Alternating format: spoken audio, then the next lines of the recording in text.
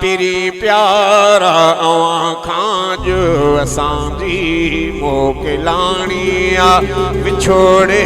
जे अचण खां गो अखियुनि में आयो पाणिया अव्हांजे साए रोज़े दे अक़ीदत सां निहारियोसी निहारींदे निहारींदे अंदर पांजे खे ठारियोसी अव्हां वटि वक्त जो गुज़रियो त ॼणु जन्नत में घारियोसी चो सुभान अल्लाह अव्हां वटि वक्त जो गुज़रियो त ॼणु जन्नत में घारियोसी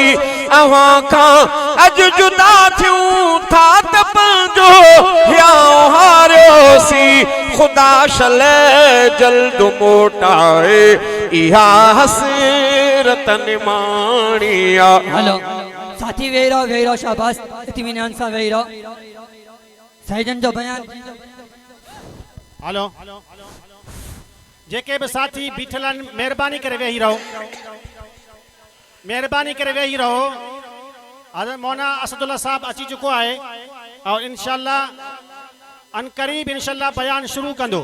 जेके भी साथी बीठल मेहरबानी करे वेही रहो मेहरबानी कयो।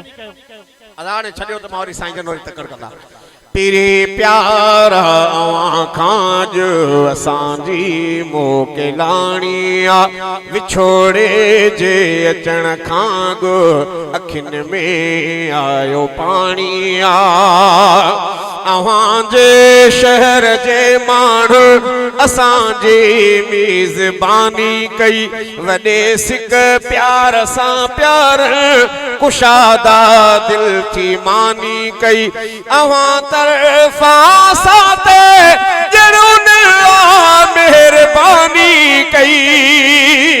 असां माण्हू किना को जा भलार खानदानी कई असां परदेस में साईं उन पर कदुरदानी कई हकीकत हबीबुल्लाह न कूड़ी कहानिया पिरी प्यारा आँखां जो असांजी मोकिलाणिया चई वरी ॿीहर धणी ताला अव्हांजे दर घुराईंदो रफ़ीक़ अहमद खे साथिन सूदो ॿीहर भी खिलाईंदो असांजी अर्ज़दारीअ खे यकीन आहे अघाईंदो वरी साॻे नमूने सां मदीनो रब घुमाईंदो वरी साॻे तरीक़े सां वटि रब टिकाईंदो वरी आयासीं चवंदासीं वरी आसी समाणिया पिरी प्यारा आँखां जो असांजी मोकिलाणिया विछोड़े जे अचण खां गो अखियुनि में आयो पाणिया अव्हांजे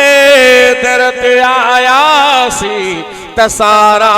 सूर विसरी विया करार में हुआसीं अॼु करार जी पुॼाणिया पिरी प्यारा आँखां जो असांजी मोकिलाणिया।